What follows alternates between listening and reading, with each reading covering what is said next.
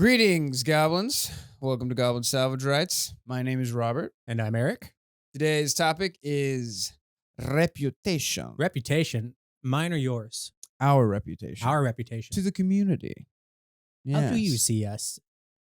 Are you counting the points to see whether we are worthy of being ignored, liked, admired, revered? I hope one day we might be revered. I would love to be revered by someone other Revered. than my beautiful dog. Oh my gosh. So let's jump into what we played. Sure. What did you play We did a recently? pretty cool thing this week, didn't we? I think we did. I really loved it. Yeah, I'm really proud of this. So I'm starting to like how we do these what did we work on last time conversations, but I kind of like to hear from you first, and Okay. then I'll give my 2 cents. So last week we played. We're supposed to play my game, but instead Gabby jumped in. Mhm. I tapped out. Gabby jumped in and DM'd like a goblins only. Goblins only romp. It was fun. And It it's a was really fucking cool awesome. thing if you have multiple GMs at your table. There's no reason one person should have to shoulder all of the burden of creativity. Just tap out, guys. It's fun. It's super rad. Yeah, I love being able to just be like, yo, Gabby, can you run like a one shot or whatever? And we're all goblins, and the insanity that we normally have just gets turned up to 11. Yeah. Which is It's it on parade, and I love pretty it. rad. Yeah, I can't do that long term, Yeah. but for one shots, Yeah. Yeah. And it's going to turn into like a 2 or 3 shot. She Mhm. said that we only got like 30%. that was some massive combat. That took Yeah. up more than half the Well, night. I think it was more like what? Okay, so the party discovered some wolves, and we're all level 4 PCs. It's a level 3 wolf apparently. So we fought the wolf. I think I murdered it like immediately because I was a barbarian. I got You're playing a crit. barbarian, lots of Yeah. damage.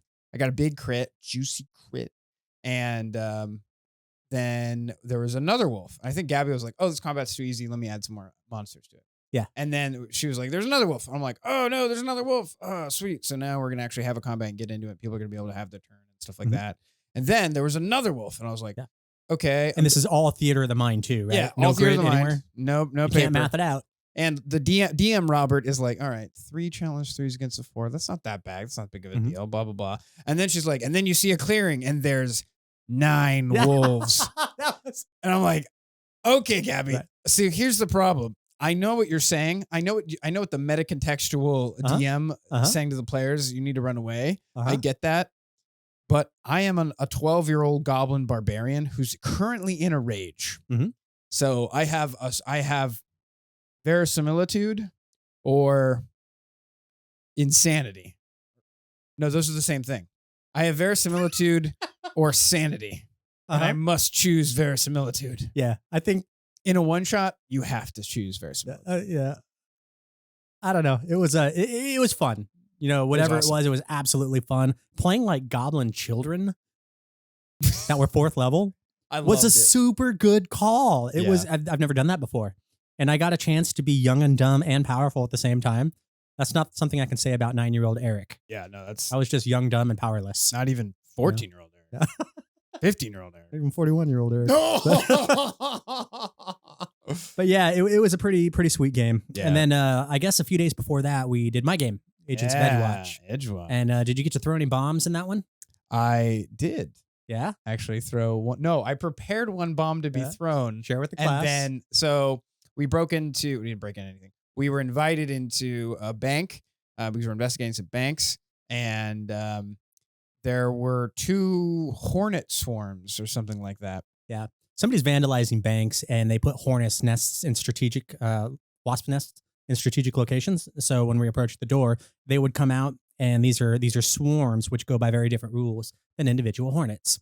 So swarm rules are a really hard lesson to learn for newer gamers Yeah. and GMs as well. And we had It like would 4 new murder us. players at the Yeah. table who didn't understand swarms. Like, just there's no metagaming. It was me and Jacques were the Mhm. only 2 who understood how swarms work Yeah. mechanically, and everyone else was just like trying to hit them with frying pans and stuff Yeah. like that. It was damn near TPK. Yeah, it was rough. And everybody, like, there was a crowd of people watching this happen too on the side of the road. That's fucking. And it was just, you guys were like law enforcement running around like the 4 Stooges, you know, just tripping over each other in the swarm.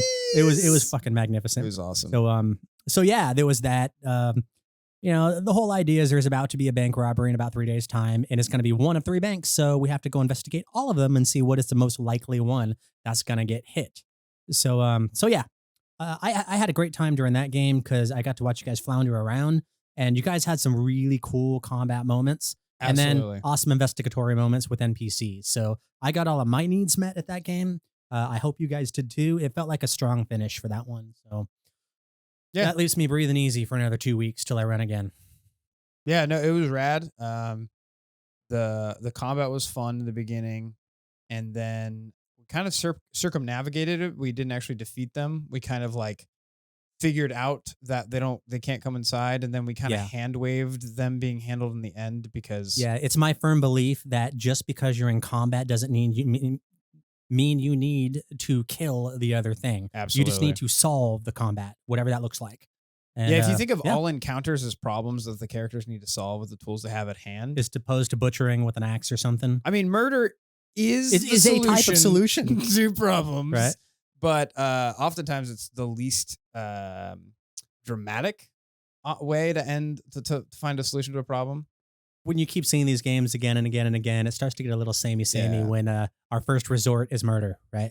Absolutely. So yeah, so that was I felt really strong about that. What I kind of regretted about that session was not having read this chapter we're about to talk about now, Reputation. because I'm going to start using reputation I'm too. in this game because it just makes sense in a closed setting. I mean, especially given the context of Edgewatch, Uh-huh. where you have a mega city with a Yeah. bunch of small factions With orgs and factions. all vying over favoritism from Uh-huh. different people and You've organizations. got precinct, you've got bank, you've got the people who draw up plans for building things, but you also have individual NPCs that have their own retinues and Exactly. other words like that. So reputation, what is it? Reputation is a way to numerically express the relationship between the group of player characters and other organizations or groups of people, or essentially clusters of Opinion. businesses or people, or maybe even ancestries, so that you can sort of just quickly get an understanding of how people are looking at you and how they're treating you. You know, I don't know, if you gain a reputation for, I don't know, murdering halflings, let's just say, maybe your reputation is super sour in the halfling community, and maybe other people are like, that's really not cool of you, but they don't hate you. Yeah. And then maybe other people who are anti-halfling And the will be like, Chilaxians well done, Or like, well done. more halfling Right. murder, please. So it's a cool way for a bunch of players around the table to go, I think I have a pretty decent idea of what kind of role-playing experience I'm about to walk into. Because I know we screwed the situation up for the Bank of Aurora 4 times in a row, and we keep tanking our reputation points.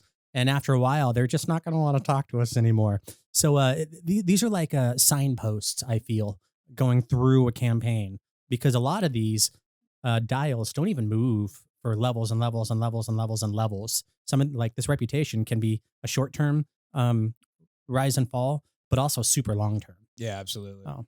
And digging into that long-term idea, what I like about the way it broke down, so it breaks down gaining and losing points in the sense of time at the table.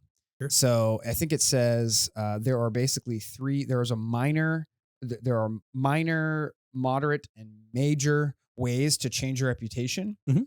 And the higher your reputation is, whether that be negative or positive, Mhm. the more you have to, the bigger kind of events you have to do in order to shift that reputation even further. Yes. So let's say you're on level 2 reputation, which is called admired. Mhm. You then can only major favors can push you into revered. And what it does is the system breaks that down into it segments the amount of time at the table for each of those jumps. So the first jump, which is minor, it mentions it can be a portion of a table session. It's a minor favor. So the PCs deliver a letter, or they do something very minor, like something you would normally pay a small service to do. Mhm. The PCs do it anyway, and that can be done in the and over the course of like a portion of a session. Sure. Whereas Just quick. a moderate generally takes about a session, Mhm. and a major can take multiple sessions, if not like what Like I imagine. 30 sessions in one example here. Well, I think it's probably best to have these broken down to like chapters in an adventure path. Like a major would be like a chapter. I was thinking about that. Yeah. I'm not quite sure how I would math that out. Yeah. But I'm not going to wait 34-hour sessions for or 10 4-hour sessions, whatever the number is, for that shift. But these are big shifts. So the thing that I've noticed about this that I really liked is in the center. I'm just going to go through them quick. You can go from ignored to liked to admired to revered, or you go from ignored to disliked to hated to hunted. You kind of start in the middle of this. That's like level 0. You start at 0 and you either gain positive points or negative points. To be liked or disliked. It's hard to be revered or hunted. You have to really screw up if you're going to be hunted according to this system. So the reason why I like about that is you can sort of be not focused, do some like 2 good things, 3 bad things, and you're kind of hovering around like dislike territory. That's kind of life. I don't know about you guys, but that's absolutely, that reflects my life. But we all need to look at each other and have a real heartfelt conversation. How bad do we want to be against this one organization? Or how beloved do we want to be from this organization? And you have to make a concerted, regulated effort continually in one direction, because it's really easy to fall backwards the closer you get from dislike to admired to revered. absolutely. It takes a long time to get revered, even if you do everything right. So I like what you said about scaling it back, depending, maybe chapter by chapter. I don't know, something about that, but I don't tend to play in weekly games that go on for 2 to 3 years to handle the massive reputation, 10 to 30 sessions in order to shift upward 1 tick. So yeah, this thing is super freaking customizable, and it's only 2 pages. It's 2 pages, which kind of blows my mind. This kind of gets into a topic about the thing I love about these subsystems is that they're bite-sized. Yeah, they're haikus. Sometimes they say so much with so few words. Yeah, sometimes, in my opinion, they could be more verbose, but a lot of the times they're just short enough not to get in your way as a GM. I feel like they have just enough crunch to add something to the game without overcomplicating your life. Exactly, leaving you space to maneuver and add your own stuff to it, like little small house rules and stuff like that. Yeah. What they give are small functional, or I don't know, maybe a little bit larger than small functional components, and then you can shrink them or blow them up as you need to. Yeah. And the math in this system is so easy to make that happen without disrupting things downstream. Yeah, like personally, I've recently struggled with organizing my weekly game because I'm running a sandbox and I have to sneeze and I have to sneeze. You should do it right into that mic. Like get ready to sneeze into the mic and then shift to the camera right there. Get my nasty goop all over the place. I want to see dribble.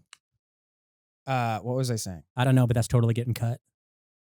Cut this. Okay. This is you're running a weekly game and Fantasy Zoids, right? Yeah. So Fantasy Zoids, it's gotten to the point where it's kind of blowing itself out of proportion in my mind, where I can't. It's hard for me to prep going forward because the ramifications of all these different factions are kind of growing a little too big and outside of the scope of my grasp. Sure. And I've really started to have to put everything on a spreadsheet and track things like I would at work, basically. Yeah. Is that fun for you to do as a GM? I love spreadsheets. I'll be the first one to admit I love spreadsheets. Yeah. In another life, you were a spreadsheet. In another life, I was an accountant. But what I find fun is running the game most of the time. And all of the prep feels like homework most of the time. But if I get to play around in spreadsheets, oftentimes it makes me feel like I have a handle on the game. A lot of times I have anxiety about prepping for the game because there's so many steps that I want to get done in order for me to have a clear mind of what's going on in the world and what people are thinking and doing about the players. Yeah, that makes perfect sense. And this system is actually like perfect for that anxiety. Yeah, you can do just like hash marks on like a what do you call it? Like a column titles. Just put them out there. Bank of Aurora, Church of Asmodeus, the Edgewatch Precinct. And every time something happens, you can just go over here, tick. The Coins Precinct. The Coins Precinct, right? Because there's different precincts, right? Different neighborhoods have different. One of our players really like shitting on them. Yeah, and one of the things I like about here, there's nothing that says you have to start your entire campaign at ignored. Yeah, you can start at hunted. You could start at revered.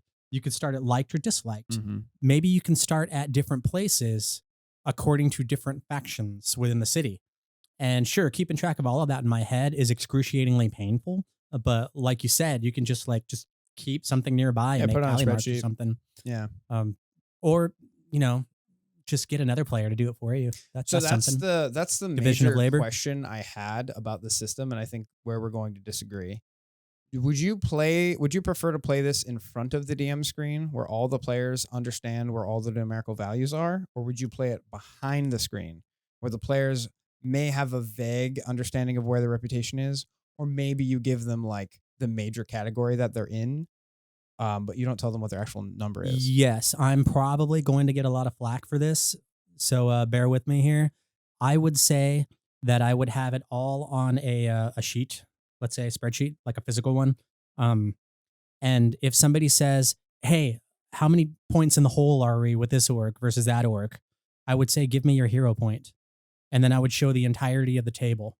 I want players to take notes. I want players to appreciate all the work I do as a GM with all the cool little details and bit. And I don't expect any one or group of 4 or 5 players to memorize everything I throw their way. But something like, hey, what's our standing with the Bank of Abadar? Motherfucker. You've been to all the same sessions I have. How do you not know the answer to that? Okay, give me your hero point. And then bloop. Here's your standing with everybody in the city. So you can have that answered plus a bunch of other stuff. And I think that's fair. So that's my answer. Make them pay something. Right. Give it a cost of some sort. I think that I really like the hero point thing. Because you're getting them anyways at the rate of 1 an hour. When the players do, like, let's say the players do a minor favor for someone, mm-hmm.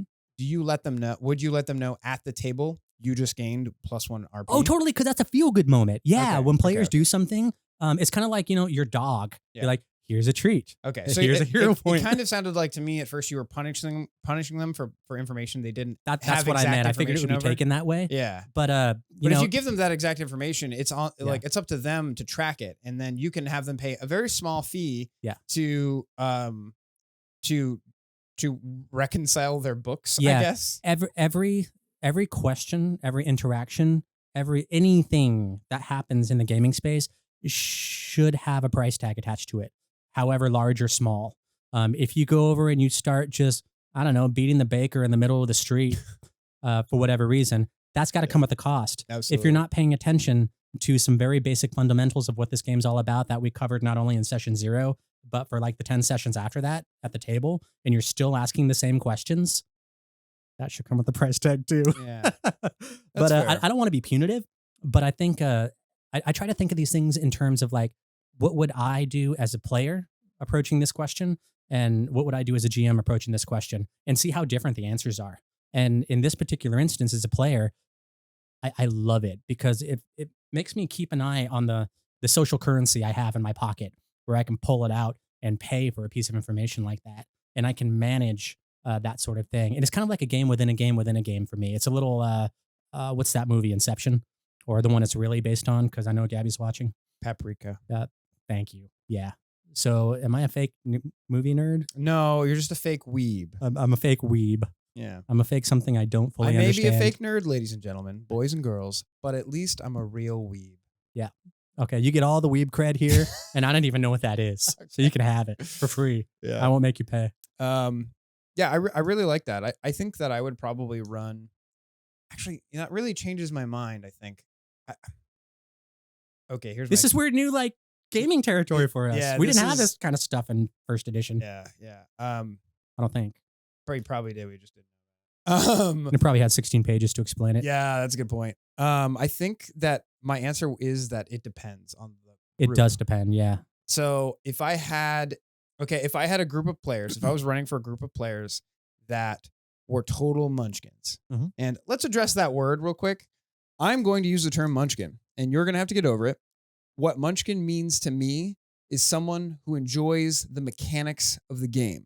So a munchkin is someone who, in their spare time, dreams up cool characters that have cool abilities and combinations. And maybe they have these 2 or 3 really cool combinations. In Magic, we call that a Johnny, I think, or a Timmy, one of those things. You sure it's not a weeb? It's not a weeb. But I used to be a munchkin. In a lot of ways, I still am a munchkin. And that's perfectly okay. There are places at tables for munchkins. That is a rather positive definition of the term too. Good. Yeah. Good. I'm the yang to your yin on that one. When I think of munchkinism, it's people who use the words of the rules to defeat the spirit of the rules, and they'll take their little chainsaw sword contraption that they were able to make at first level and completely destroy adventures, regardless of the look and feel of the thing or what other players can do around the table. If something is broken, it's in the rules. I can use it. They munchkin. They're not there to have a shared experience. They're there to have a solitary me experience. Yeah. That's why I use it as a pejorative, because I believe in shared narratives, not individual narratives that hijack other people's narratives. And I think that, and I love how we're just taking the diatribe on munchkinism. This is a 2-page chapter. We need more to fill it out. But I think that the evolution of the munchkin, that's a great name for a title of a video. Yeah, that's my new band, high school band. But I think as munchkins evolve as players, as they grow, as I grew as a player, you're admitting right now that munchkinism is a phase. Is that what I'm hearing? No, it's a player type. It's defined. Okay, continue. No, like really, I earnestly think I believe you. It's a type of player. It's a personality trait within the player base. Yeah, exactly. Like the Timmies and the Spikes and the whatever that Magic has. I don't know what these words are. Wait, really? You guys have like white boy American names for different kinds of Magic players? So is this a Florida thing, or is this like a real thing? No, this is a big. Okay. For once, I am not the fake nerd. I am not in this. Okay, hey, I'll own that in this case. I've been a lifelong Magic player. So in Magic, a long time ago, some famous game designer kind of defined some archetypal players, and these different archetypes of these players are kind of like different archetypes of what players enjoy out of the game. Okay. So there's the Spike, which is loosely defined as if they win 9 times out of 10, they wonder why they didn't win that 10th time.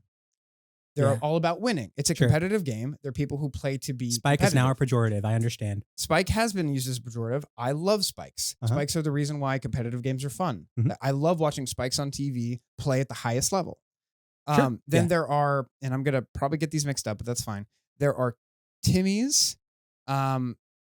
Timmies are players who like making big monster decks that have really big power and just duke it out, and they're there to like kind of get into the fun of the game. Okay. There's Timmies, there's Johnnies.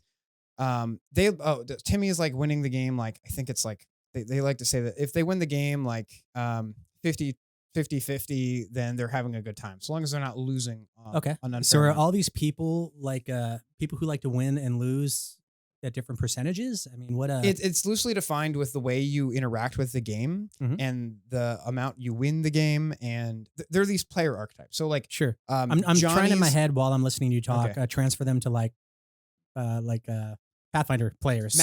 So Matt Colville did an excellent video that I'll link. I'm gonna write a note of it. Matt Colville did an excellent video where he talks about player archetypes within the TTRPG space. And one of the player archetypes he talks about is the player who likes to min-max, loosely defined as the munchkin. Sure. Going back to the Magic example, there's I said the Spike, the Johnny, and the Timmy. One of the one that I didn't mention. Oh, then there's the Vorthos, who's the person that's all about the lore. Vorthos. It's the only non-normal name, but that's the player who's excited about the lore and almost predominantly excited about the lore. Am I a Vorthos? You probably are. I'm a Vorthos.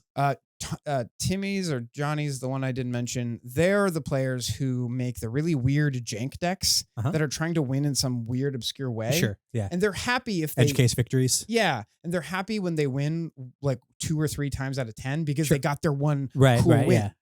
So getting back to what we were originally talking about, I would be worried that if I had a table with predominantly munchkins, players who like mechanics and will use mechanics to their benefit, if I know that's the kind of player I have, I would take this and I would put it behind the screen because I might be worried that they'd get too caught up with the numbers, or they get too focused on min-maxing possibly the numbers when I don't want them to focus on that. I don't want the spotlight to be on the reputation points. Sure. I'd like to point the spotlight on the That's a really experience good they're point. having. Yeah. You're right. You're right. Player types might define how well this is received if this is a front burner mechanic versus a back burner mechanic. Exactly. If I have our table Mhm. in your game where We don't have munchkins. We just have 2 min-maxers and no munchkins. That's how I'm reading it. Min-maxers and munchkins are different in my brain. Munchkins will just set the room on fire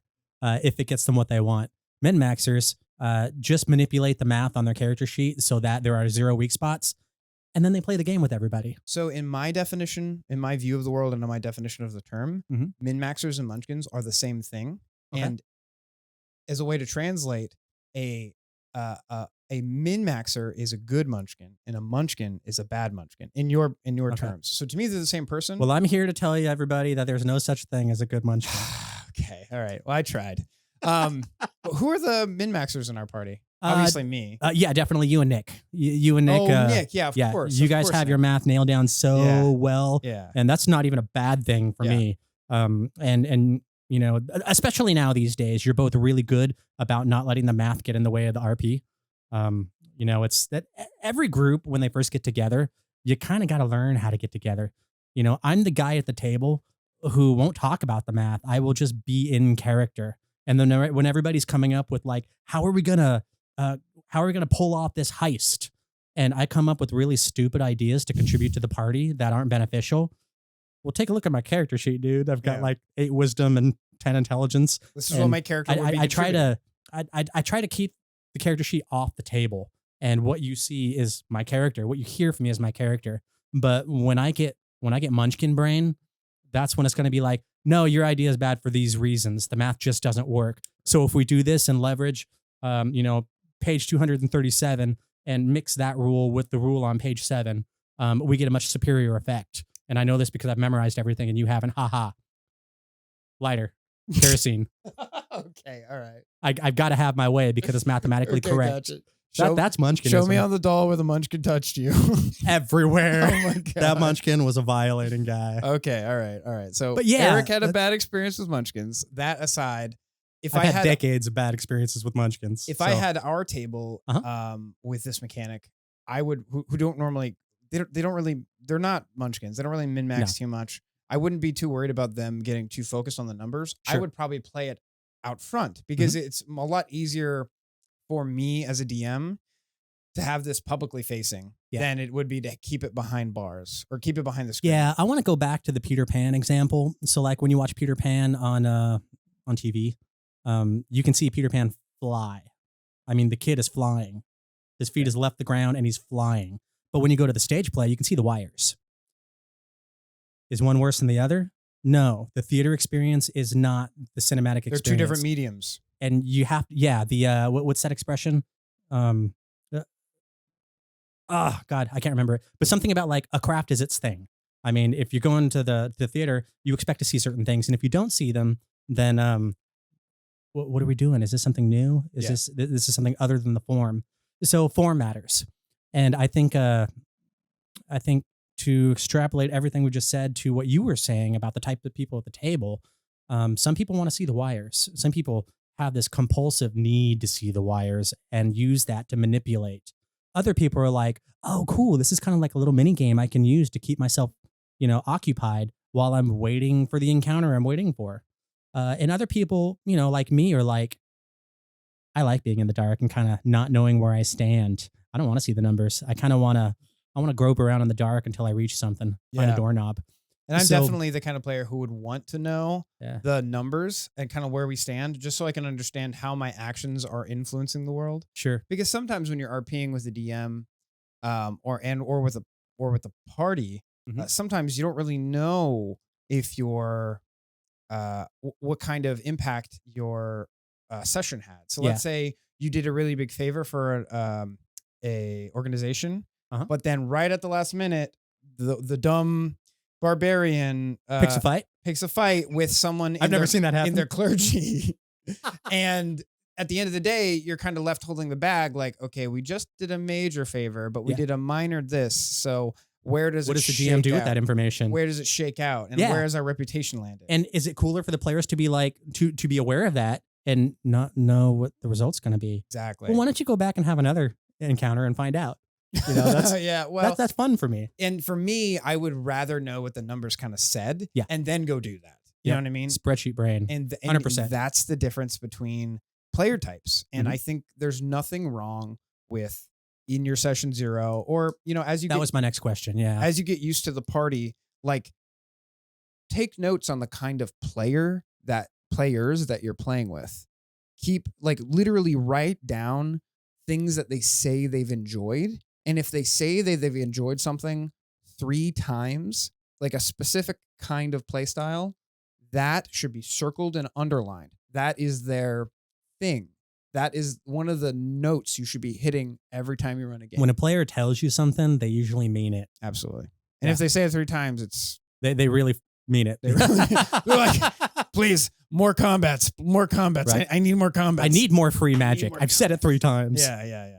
But I mean, it Yeah. really depends on your player's preference and the kind of players you have at your table. Mhm. So I really like the system a lot, and I think that I'm going to institute it in my Zoids game. Sure. And I'm probably going to. Are you going to cold drop this into the game, or do you want to do like a between session 0 pause and say, hey guys, I want to talk about the system. What do you think? No, I'm just going to. You're just going to cold drop Well, it. I love it. because I know you love it, and you're. I think they will too. I think they will too, because I know them. They're some of my best friends. Yeah.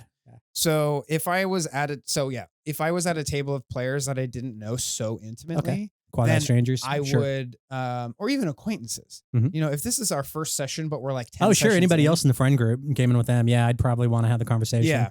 And the other thing is I'm doing it, dropping it in now is Mhm. dropping it in a perfect moment in the story where you're not. You're right. Yeah, because you're literally in between countries at this point. Yeah. So Yeah. The dropping it known and now the kinda- unknown. And the unknown. Yeah. It's we're moving from book 1 to book 2, Mhm. and that's when we start. This is the point where the opinions of groups begin to actually be important to the character's experience of the world, because I've laid a couple secrets and I've laid a couple hints as to what specific groups want out of the outcome of this calamity. Mhm. So I'm going to begin now tracking them, and I think that See, now that I know he's tracking them, I'm going to be much more careful with my notes, because what thank I'm hearing you fucking say. Christ. I know.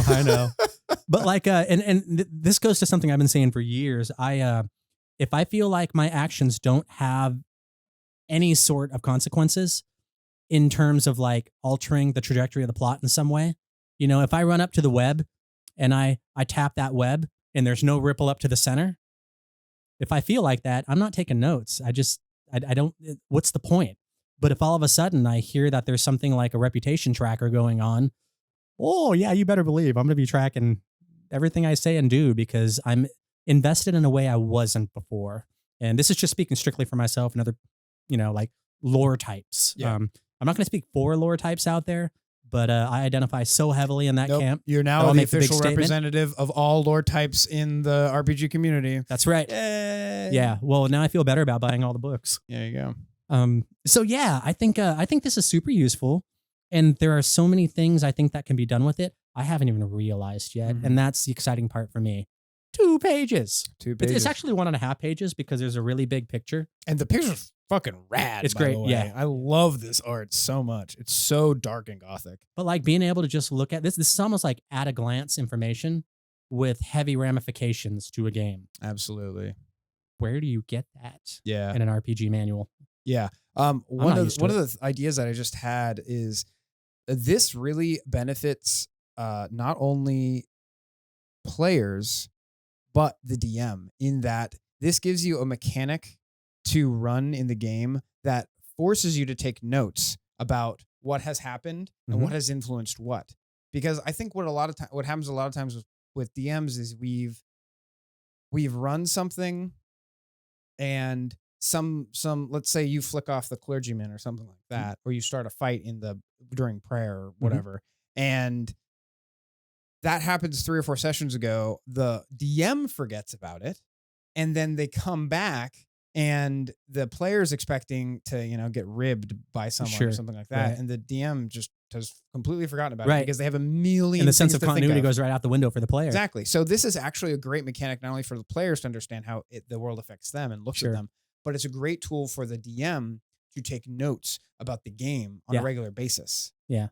Another thing I like about this is, as a GM, I know I have this compulsion to be fair within the parameters of the genre of the story I'm trying to tell. Absolutely. So when I'm running a thriller story, I'm less worried about fair than I am if I'm running an adventure or action story. If you're running Ravenloft. Yeah.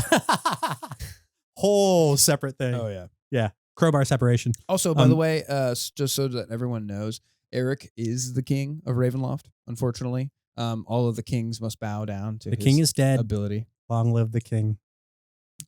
Erik's a huge fan of Ravenloft. It's your favorite setting. It really is, for reasons too numerous to go into now. Maybe we'll do a whole pod on Ravenloft. Oh my God. Be still my beating heart. Okay, my little black heart. That's definitely going on the list. But I guess where I was going with that is I have this compulsion to try to be fair. Like if I have a really tough emotional encounter and I follow it up with a really tough emotional encounter and I follow it up with a really tough, it tends to be one note. And people will be like, my God, I can never get ahead in this game. Well, that's fine if that's the game you're trying to run. And you all say in session 0, this is the game we're trying to run. The deck is stacked against you. Be ready for it. Is that what we want to do? Yes? Okay, let's go. But most session 0s aren't like that. Players want to feel empowered. They want to feel like there's good and bad. Maybe 2 bads, 1 good, 2 goods, 1 bad. There's a shifting of the polarity of the beginning and the end of every scene.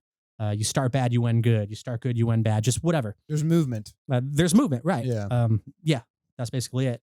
So you can track that with this. Absolutely. And I no longer have to go, let's see, I kicked them in the balls 3 times in a row. I should probably give them a piece of cake now, right?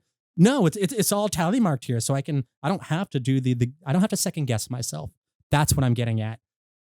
Little subsystems like this keep me from second guessing myself when I'm in the heat of the moment trying to tell a scene. Because I love Ravenloft so much, I tend to kick you guys in the balls more often than give you cake. And while I enjoy the experience, I have to manage that for your health. Yeah. And yeah, that sort of I think thing. that's my endorsement. No shaming. Yeah, this gets 3 solid kicks in the balls. Yep, 3 solid kicks in the in balls. a good way. 3 out of 3, no more, no less. Yeah, I'm stoked to run this. I think that's going to be really interesting and useful for me, especially as I begin to build my setting. In the beginning of the description, it mentions that this is really good for sandbox games. Yes, because I agree. Tracking things in a sandbox game is a nightmare if you don't do it well. It's really important. Yeah, I want a podcast on that. Yeah, It's like how to run a sandbox and not sandbox game. throw yourself off a cliff. Got it. Well, after I successfully run this sandbox game, I'll have the authority. This is your trial run, right? To speak on the subject. Yeah. I think the only other thing I wanted to say about this is, a subsystem is good and well received when there's a little box in the corner that says it's used in Pathfinder organized play, Pathfinder Society. Yeah. So if that seems to be, everybody loves this or some version of this. Yeah. And it's useful. A Swiss Army knife of a tool set. I have a love-hate relationship with PFS, with same. With organized play in general. Yeah. But now that I think of it, I haven't actually considered ever playing organized play for 2nd edition, but it actually sounds like it would be a lot of fun because a lot of the min-maxing, like the extreme min-maxing of 1st edition is just completely gone. It's evaporated due to the way the system is designed. Mm-hmm. And I think that's probably really good specifically for the organized play scene. Sure. Because Munchkining abounded in the organized play scene to the point of like, I've never run into that problem personally. I used to be a pretty avid org play player, both in the Greyhawk days, the Ravenloft days, and Pathfinder 1st edition. And I even dipped my toes in playing and running for 2nd edition org play. Oh. And the experience I have are less about Munchkinism and more in other areas that I won't go too deeply into. All this is to say, I love reading Pathfinder Society modules. They're just like mini books and they're just so juicy. And there's a discrepancy between what I read and what I experience as a player at the table, simply because there's not enough time to go into the details within each of these little modules. But that's really neither here nor there when it comes to the reputation subset of rules. Yeah, we should get into organized play it someday, because they're a fantastic group of people. I love talking to them and interacting with them on the various forums. I think you guys are all doing exceptional work out there on these things, and it's only getting better as the years go by. The number of own voices that are writing these things, you're just knocking it out of the park. There's just a personal disconnect between what I read versus what I get to experience at the table. And because you only have 4 hours. Yeah. And a lot of these GMs are kind of new. Yeah. And they got the seasoned GM watching them, giving them tips after the session. Maybe I've only ever hit those. I don't know. Odds are slim. Yeah. But whatever. Any other ideas? Reputation. Use it or lose it, man, because it's there. Use it or lose it. I love people that. Love you or hate you, and there are certain things you can do about that. Absolutely. Well, thanks so much for hanging out with us today, Goblins. Yep. We've got a Patreon and a Discord. Totally free to join the Discord. We do, and they're starting to take off too. I'm excited to see that. Some of you guys are out there talking and chatting and making noise, and goblins like noise. Absolutely. So check those out if you want to talk to us or hang out or anything like that. If you want to support the pod, hit the Patreon. Mm-hmm. We do a bunch of cool shit down there. I think that's it. Good times ahead. Keep it weird, Goblins. Okay, thanks. Bye.